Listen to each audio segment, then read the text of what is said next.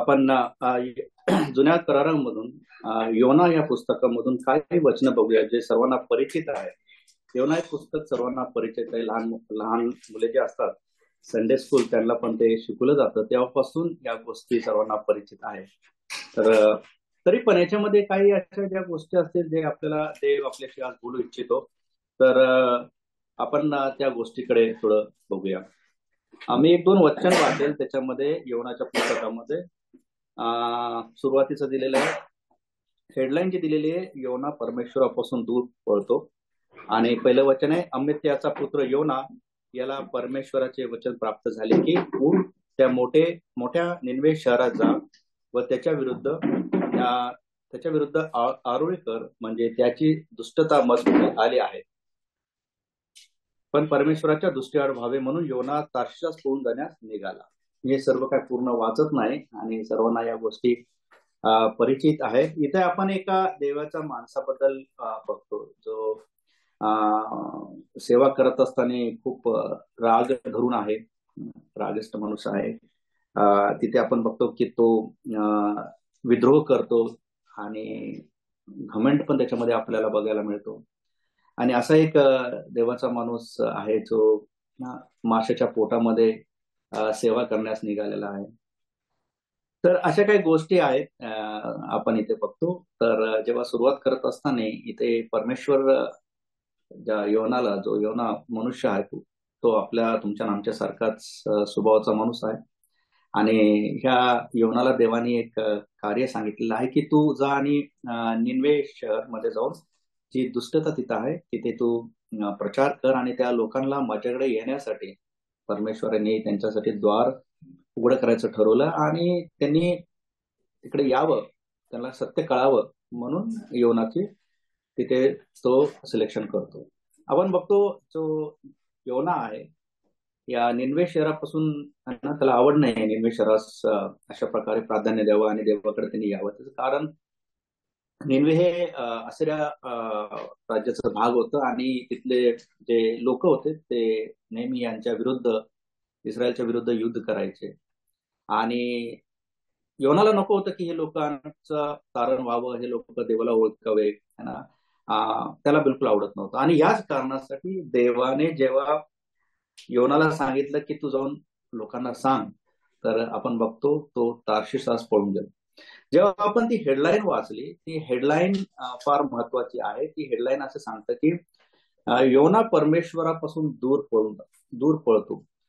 योना परमेश्वरापासून दूर पळतो म्हणजे काय? जर शारीरिक दृष्टीने किती जरी लांब पळायचा प्रयत्न केला तरी परमेश्वर आपल्याला कुठेही असो, आपण इथे असून दे, मुंबईत असून दे, पुण्यात असून दे, जगाच्या कुठल्याही कानाकोपऱ्यात आपण जर पळायचा प्रयत्न केला किंवा योनाने प्रयत्न केला असेल तर देव तिथे त्या गोष्टीला आपल्याला बघू शकतो, हे आपल्याला माहित आहे. तरी पण इथं असं लिहिलेलं आहे की योना जो आहे तो देवापासून दूर पळतो. ह्याच्या तीन गोष्टी आपण अशा बघू शकतो. पहिले म्हणजे, सर्वात प्रथम म्हणजे योना जो आहे, योना हा परमेश्वराच्या उपस्थितीपासून दूर पळून गेलेला आहे, परमेश्वराची सहभागितापासून दूर गेलेला आहे, परमेश्वराच्या संगतीपासून दूर गेलेला आहे.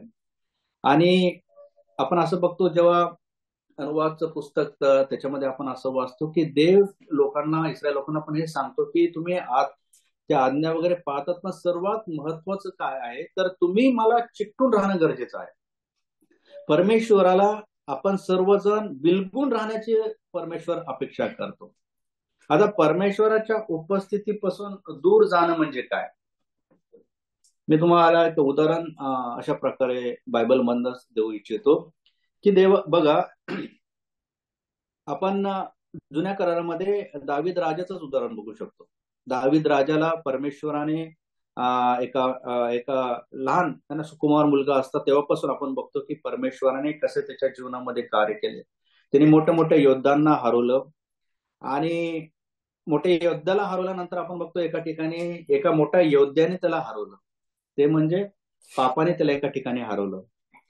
आणि बेतशेबाबत त्यांनी कुकर्म केल्यानंतर आपण असं बघतो की, आणि तिच्या पती ह्याला पण मारल्यानंतर आपण तिथं असं बघतो की दावीद राजा जो आहे तरी पण तो परमेश्वराच्या ज्या गोष्टी परमेश्वरा बरोबर करायच्या आहेत, गाणे म्हणायचे आहेत, आराधना करायची आहेत, तर लोकांना बोलवायचं आहे, लोकांबरोबर बसायचं आहे, त्यांच्याबरोबर गाणे म्हणायचे आहेत, त्यांच्याबरोबर सर्व काही देवाच्या गोष्टी, मंदिरातल्या गोष्टी, सर्व काही गोष्टी अशा नियमित आपण बघतो की दावीद करतोय. दावीद ह्या ज्या सर्व गोष्टी करतोय असं नाही, आपण असं बघू शकतो की म्हणजे जसं नॉर्मल जीवन चाललंय तसं तो आपला करतोय की देव माझ्या बरोबर आहे, देवाबरोबर मी चाललेलो आहे, देवाच्या ज्या गोष्टी दिवसभराच्या करायच्या आहेत मी त्या करतो. सकाळच्या वेळ, दुपारची प्रार्थना, संध्याकाळची प्रार्थना म्हणा किंवा गाणे म्हणा, स्तोत्र म्हणा, महिमा द्या, या सर्व गोष्टी मी करत आहे. पण आपण तिथे बघतो की काही कालांतराने जेव्हा परमेश्वर नातान संदेशाला पाठवतो आणि ओळख करून दाखवतो आणि पटवून देतो की काय चुकलेलं आहे, तेव्हा दाविदाला कळतं की मी परमेश्वरापासून किती लांब आहे. आणि हीच गोष्ट आपण बघतो दाविदाने जेव्हा स्तोत्र संहिता 51 लिहितो तेव्हा ह्याच गोष्टी तो तिथे प्रकट करतो. या गोष्टी अंतकरणातल्या तिथे तो सांगू इच्छितो. तिथे तो असं म्हणतो की जेव्हा आपण 51 अध्याय बघतो त्याच्यामध्ये तो म्हणतो की तू केलेल्या उद्धाराचा आनंद मला पुन्हा दे, 12 वचन मध्ये, आणि उत्सुकतेचा आत्म्याने मला सावरून धर. म्हणजे जो आत्मा आहे, जो आत्मा देवाचा आहे, जो देवाने त्याला दिलेला आहे, त्या आत्म्याची किंमत, ते परमेश्वराने जो आपल्याला आत्म्यात दिलेला आहे त्या आत्म्याची किंमत ओळखणं फार गरजेचं आहे. आणि तिथं आपण बघतो की तो आत्मा हरून बसलेला आहे, जो परमेश्वराच्या सर्व गोष्टी करत आहेत, सर्व गोष्टी त्याच्या नजरेसमोर त्याला असं वाटतं की मी बरोबर करत आहे. पण इथे आपण बघतो की तरी पण तो परमेश्वराच्या उपस्थितीपासून दूर आहे. आपल्या जीवनामध्ये आपण अशा बऱ्याच वेळेस अशा गोष्टी आपण असं करून आपण बायबल स्टडीमध्ये जातो, आपण आराधना करतो, आपण प्रचार करायला जातो, आपण बऱ्याचशा गोष्टी आपल्या हिशोबाने आपण असं वाटतं की देवाच्या बरोबर करत आहोत, देवाला आपण प्रसन्न करायचा प्रयत्न. पण एक गोष्ट लक्षात ठेवण्यासारखी, यवनाच्या जीवनामध्ये जसं घडत आहे तसं आपण आपल्या जीवनामध्ये सुद्धा बघितलं पाहिजे की मी परमेश्वराच्या उपस्थित आहे का, म्हणजे मी परमेश्वराला चिटकून आहे का, मी परमेश्वरा बिलगून आहे का, हेच परमेश्वर आपल्याला अशा प्रकारे या वचनाच्या द्वारे सांगण्याचा प्रयत्न करत आहे. दुसरी गोष्ट आपण असं बघतो ह्याच याच्यामध्ये की द विल ऑफ गॉड, परमेश्वराची इच्छा ओळखणे, परमेश्वराची इच्छा ओळखणे. आता पहिला भाग जो आपण बघितला की तो परमेश्वराच्या उपस्थितीमध्ये परमेश्वराला बिलकुल राहण्यासाठी परमेश्वर आपल्याला सांगत आहे. दुसरी गोष्ट तो म्हणतो की तुम्ही मला तुमची जी इच्छा आहे, असं नाही की परमेश्वराची इच्छा, पण आपण बऱ्याच वेळा आपली इच्छा, इथे योनाला सांगितलं की तू निनवेला जा, इथे योना काय करतो, आपली इच्छा पुढे ढकलतो. निनवे शहरात जाण्याच्या जागी तो तार्शिशास जातो. देवाची इच्छा ओळखून आपण चालण्याची गरज आहे असं योना न समजता योना हा आपल्या इच्छेला जास्त भर देतो आणि तो तार्शिशास जायचा प्रयत्न करतो आणि तार्शिशास जातो. प्रियानो, फार महत्वाची गोष्ट आहे. देव आम्हाला सांगत आहे की तुम्ही माझी इच्छा ओळखा आणि माझ्या इच्छेनुसार चाला. मी एक छोटा एक उदाहरण बायबल मधलं सांगतो, जुन्या करारामध्ये फार गरजेचं आणि महत्वाचं आहे. जेव्हा परमेश्वराने अब्राहमाला निवडलं आणि अब्राहमाला मूर्तीपूजेपासून सर्व गोष्टीपासून वेगळं केलं आणि अब्राहम परमेश्वरामध्ये चालल्यानंतर परमेश्वराने सांगितलं अब्राहमला मी तुला एक संतान देईल, पण ती देवाची इच्छा होती. आणि इथे देवाची इच्छा समोर न ठेवता अब्राहमाने आपली इच्छा पुढे ढकलली आणि अब्राहमाने आपल्या इच्छेनुसार काहीतरी शॉर्टकट वापरला. काय केलं, त्यांनी हागार बरोबर लग्न केलं आणि हागार पासून त्याला काय झालं, संतान झालं. त्याला वाटलं सर्व काय व्यवस्थित झालं. पण ही इच्छा कुणाची होती, ही देवाची इच्छा होती का, नाही. तर ही इच्छा अब्राहमाची होती आणि अब्राहमाची इच्छा स्वतःची असल्यामुळे त्याला असं वाटलं जो संतान झाला ते जे काय आहे ते योजनेप्रमाणे झालं. नाही प्रियानो, देवाची इच्छा, देवाची योजना, देवाचा प्लॅन हा वेगळा असतो. आणि मग अब्राहमने असं समजलं की जी देवाची इच्छा आहे, ती योजना आहे, ती माझी इच्छा आहे असं समजून त्यांनी काय केले, स्वतःची इच्छा पुढे ढकलली. पण त्याचा परिणाम काय झाला, त्याचा परिणाम भयंकर झाला. आपण बघतो की अब्राहमाला ते फार त्रासदायक झालं. कितीच वर्ष आपण बघतो की परमेश्वराची जी संगती आहे, परमेश्वराची जी उपस्थितीपासून तो लांब गेला. परमेश्वराने त्याच्याशी बोलणं टाळलं. काय कारण, कारण एकच आहे, त्याची इच्छा त्यांनी पुढे ढकललेली आहे. बऱ्याच वेळा प्रियानो एक गोष्ट आपण लक्षात ठेवली पाहिजे की जीवनामध्ये जगत असताना मोठमोठे जे निर्णय असतात, शिक्षणाचे निर्णय असतात, त्यानंतर कामधंद्याचे निर्णय असतात, लग्नाचे निर्णय असतात आणि असे बरेच काही महत्वाचे निर्णय असतात. पण देव मोठ्या मोठ्या निर्णयाला तर बघतो, पण छोटे छोटे निर्णय, छोटे छोट्या इच्छाकडे पण बघत असतो. बऱ्याच वेळा असं आपल्या जीवनामध्ये होतं आणि आपण बघतोय की आज जगामध्ये काय चाललेलं आहे की बऱ्याच वेळा छोटे छोटे जे देवाचे जे निर्णय देवाच्या इच्छेनुसार घ्यायचे असतात, देवाची योजना पुढे ठेवून जी करायची असतात, तर ते न केल्यामुळे आणि आपल्या इच्छेनुसार केल्यामुळे बऱ्याचशा गोष्टी विपरीत घडत जातात. आणि जिथे आपण बघतो की इस्रायल लोकांना काही समयामध्ये मरुभूमीमधून, जंगलातून त्यांना कनान देशामध्ये प्रवेश मिळाला असतात, पण त्यांच्या ह्या स्वतःच्या निर्णयामुळे, इच्छेमुळे आपण बघतो की बरेच वर्षांचा कालावधी गेला. तसाच आपल्या जीवनामध्ये योनाच्या द्वारे प्रभू हे दाखवायचा प्रयत्न करत आहे की आम्ही जर एखादा निर्णय अशा प्रकारे अब्राम सारखा घेतला आणि देवाची इच्छा आपली इच्छा समजू, आपली इच्छाला पुढे जर आपण रेटलं, तर त्याचा परिणाम आपल्या जीवनामध्ये घडू शकतो आणि देवाची जी योजना, देवाचा जो इच्छा, जो प्लॅन आमच्या जीवनामध्ये आहे, तो फार पुढे ढकलला जातो. बराच वर्ष त्याच्यामध्ये जातो, बराचसा कालावधी तिथे जातो, त्याच्यामध्ये बऱ्याच वेळा दुखणं येतं, बऱ्याच वेळा दुःख येतं, बऱ्याच वेळा आपल्याला त्याच्यामध्ये रडणं येतं. आणि आपण या गोष्टी आपल्या नजरेसमोर आला असताना आपण हे लक्षात घेतलं पाहिजे की या गोष्टी परमेश्वराच्या इच्छेनुसार नसल्यामुळे आपल्याला याच्यातनं जावं लागत आहे. इस्रायल लोकांना जसं कष्टातून, दुःखातून गेलंय, तशाच प्रकारे आपल्या जीवनामध्ये पण आपण जर देवाची इच्छा न ओळखता आपली इच्छा जर समोर करून ढकलली, तर अशा प्रकारचा त्रास, संकट, क्लेश, कष्ट हे आपल्या जीवनामध्ये जे ओढून घेतलेले असतात, त्याच्यामुळे मोठा परिणाम होतो. आपल्याला अशा प्रकारे ही देवाची इच्छा करणं जर बऱ्याच जर आपण वेळा चुकलो असेल, तर एक कर्तव्य आहे आपलं की अशा प्रकारे शेवटी रडण्यापेक्षा आत्ताच आपण रडलेलं आणि प्रभूजवळ आलेलं गरजेचं आहे.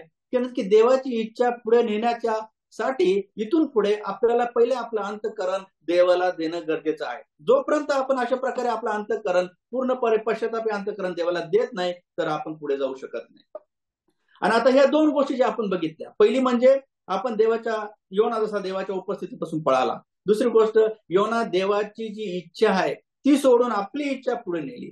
जेव्हा ह्या दोन गोष्टी करतो, तेव्हा तिसरी गोष्ट म्हणजे याचा मोठा परिणाम आपल्या आशीर्वादांवर होतो. तिथं असं लिहिलंय की आपण म्हणजे ह्या ज्या आशीर्वाद आपल्याला देव देणार आहे, त्या आशीर्वादापासून आपण मुक्तो. आशीर्वाद म्हणजे काय? जगिक आशीर्वादच नाही, तर आपले आशीर्वाद काय? जे शांती आणि समाधान जे प्रभू येशू आपल्या जीवनामध्ये द्यायचा प्रयत्न करतो, त्याच्यापासून आपण लांब जातो, त्याच्यापासून आपण खूपच लांब भटकत जातो.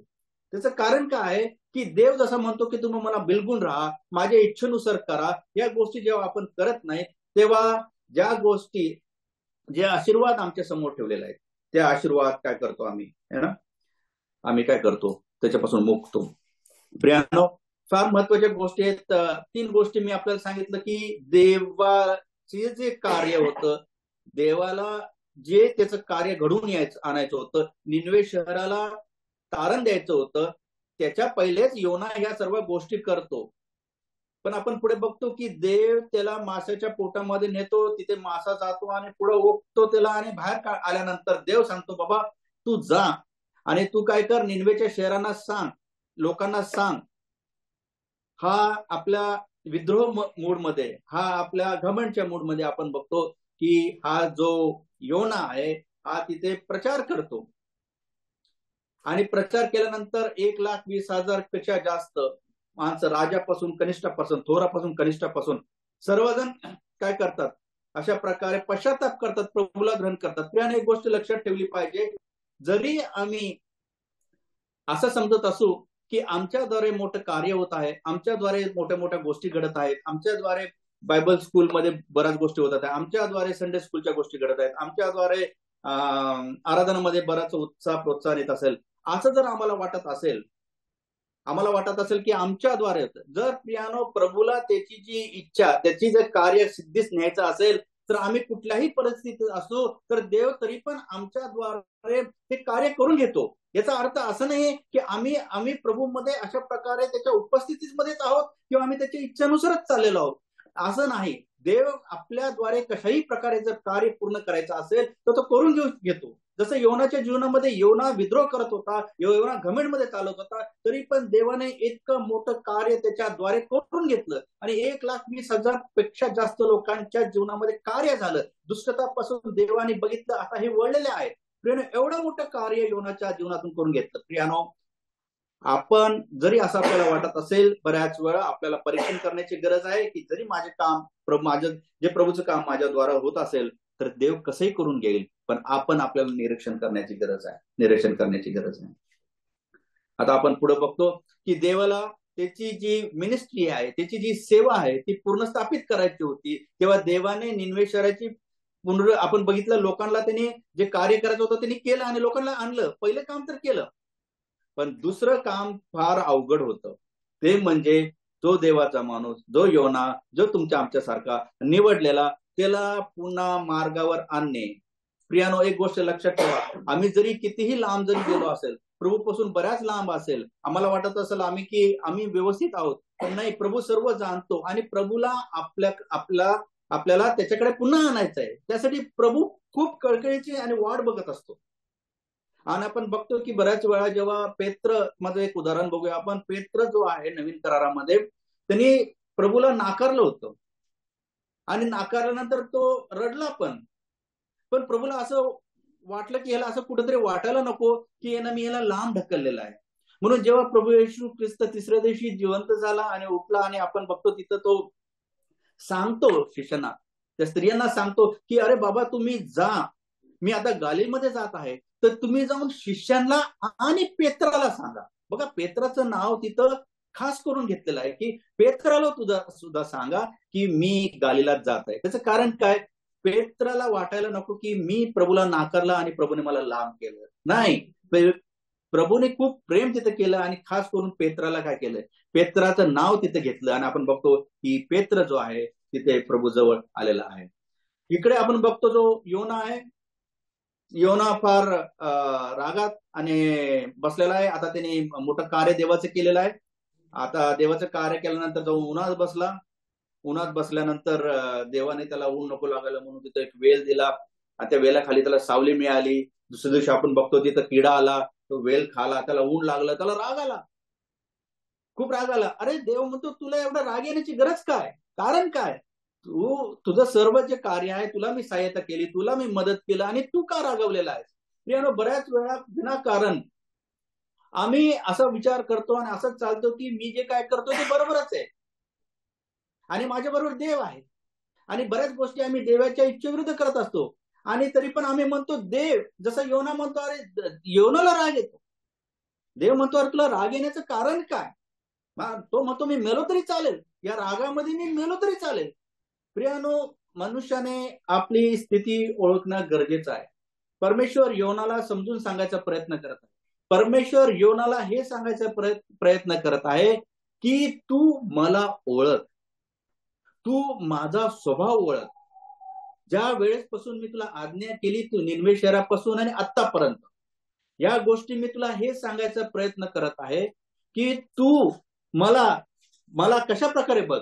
ते प्रभूने सांगितलं की मी कसा आहे, मी कृपाळू आहे, मी कनवाळू आहे, मी मंदक्रोध आहे, मी दयासंपन्न आहे, मी म्हणजे ह्या सर्व गोष्टी आपले जे कॅरेक्टर्स आहेत, देव जे आपले गुण आहेत, ते या 4थ्या अध्यायामध्ये योनाला दाखवायचा प्रयत्न करत आहे.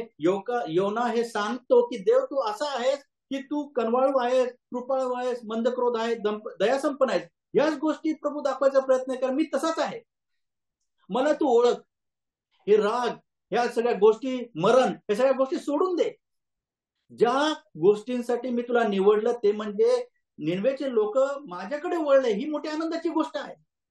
का तू आपला विद्रोह, आपला घमंड घेऊन बसणार आहेस? प्रियानो, एक गोष्ट लक्षात घेण्याची गरज आहे की देव आम्हा प्रत्येकांना हीच गोष्ट सांगायचा प्रयत्न करत आहे. सी माय ऍटिट्यूड, माझा स्वभाव बघा, मी कसा आहे, मी किती कृपाळू, किती है ना कनवाळू आहे, मंदक्रोध आहे, दया संपन्न आहे, मी तुमच्यावर प्रीती करतो, तुमच्यावर प्रेम करतो. एकच करा, तुम्ही मला बिलगून राहा, तुम्ही मला चिटकून राहा, तुम्ही माझ्या इच्छा ओळखा, माझ्या इच्छेच्या अनुसार चला. बघा, दिलेला सर्व आशीर्वाद केवळ जगिकच नाही तर तुमच्या आत्मिक तुमच्या आशीर्वाद मी आधीच तुमच्यासाठी ठेवलेले आहेत. पण तुम्ही त्याला लांब का करता? तर तुम्ही जवळ घ्या आणि माझ्या बरोबर चला. बघा, मी तुम्हाला उंच केल्याशिवाय राहणार नाही. प्रियानो, प्रभू आपल्या त्याच्याद्वारे आपल्या जीवनामध्ये आपल्या जीवनाच्या द्वारे भरपूर काही योजना आखून ठेवलेल्या आहेत. दिवसाच्या, प्रतिदिन, प्रति सेकंड, प्रति मिनिट, प्रत्येक दिवसाच्या, वर्षाच्या योजना प्रभूने आखून ठेवलेल्या आहेत. जर अशा प्रकारे आम्ही योनासारखा जर विरोध केला, विद्रोह केला, घमंड केला, तर प्रभू आमच्या जीवनाच्या द्वारे अशा प्रकारची त्याची योजना पूर्ण करू शकत नाही, करू शकत नाही. आणि म्हणून कृपया करून आपण आपलं परीक्षण करणं गरजेचं आहे, आपलं अंतःकरण परीक्षण करण्याची गरज आहे. देव आपल्याला सांगतो म्हणजे त्याच्यात काहीतरी आहे हे आपण स्वतः ओळखणं गरजेचं आहे. जर आपण ओळखत नाही, जर आपण म्हणतो की मी तर व्यवस्थित आहे, माझा काही प्रॉब्लेम नाही, मी असं कधी उपस्थितीपासून दावीसारखं दूर गेलो नाही, मी कधी अब्राहमासारखा असं काही माझ्या इच्छेनुसार गेलो नाही, जर आम्हाला असं वाटत असेल तर ठीक आहे. देव म्हणतो मग त्यांच्यासाठी नाही. पण ज्यांना असं वाटतं की माझ्या जीवनामध्ये अशा प्रकारच्या मार्गामध्ये मी चुकलोय, अशा प्रकारच्या सहभागितेपासून, बिलकुल राहण्याच्या गोष्टीपासून मी दूर गेलो आहे, तर प्रभू करो आम्हा सर्वांना या गोष्टीमध्ये पुन्हा एकदा प्रस्थापित होण्यासाठी आणि पुन्हा एकदा प्रभूजवळ आपली संगती, सहभागिता, अशा प्रकारे जे प्रेम प्रभूवर आपण सुरुवातीला करत होतो तारण झाल्यानंतर, तसंच प्रेम पुन्हा एकदा करण्यासाठी प्रभू आपल्याला सहायता मदत करो. आता ह्या सर्व गोष्टी आम्ही प्रभूच्या हातामध्ये देऊया. ज्या प्रभूने आम्हाला सांगितलं की माझा स्वभाव बघा, आपण त्याच्या स्वभावाकडे बघूया, स्वतःला समर्पण करूया, जेणेकरून प्रभू आपला उपयोग करेल, त्याच्या कामासाठी उपयोग करेल आणि त्याच्या स्वर्गाच्या कार्यासाठी आपला उपयोग करेल. आणि या सर्व कामाचा उपयोग करण्यासाठी प्रभूजी आपल्याला सर्वांना, आम्हाला, तुम्हाला सर्वांना सहायता आणि मदत करू. थँक्यू.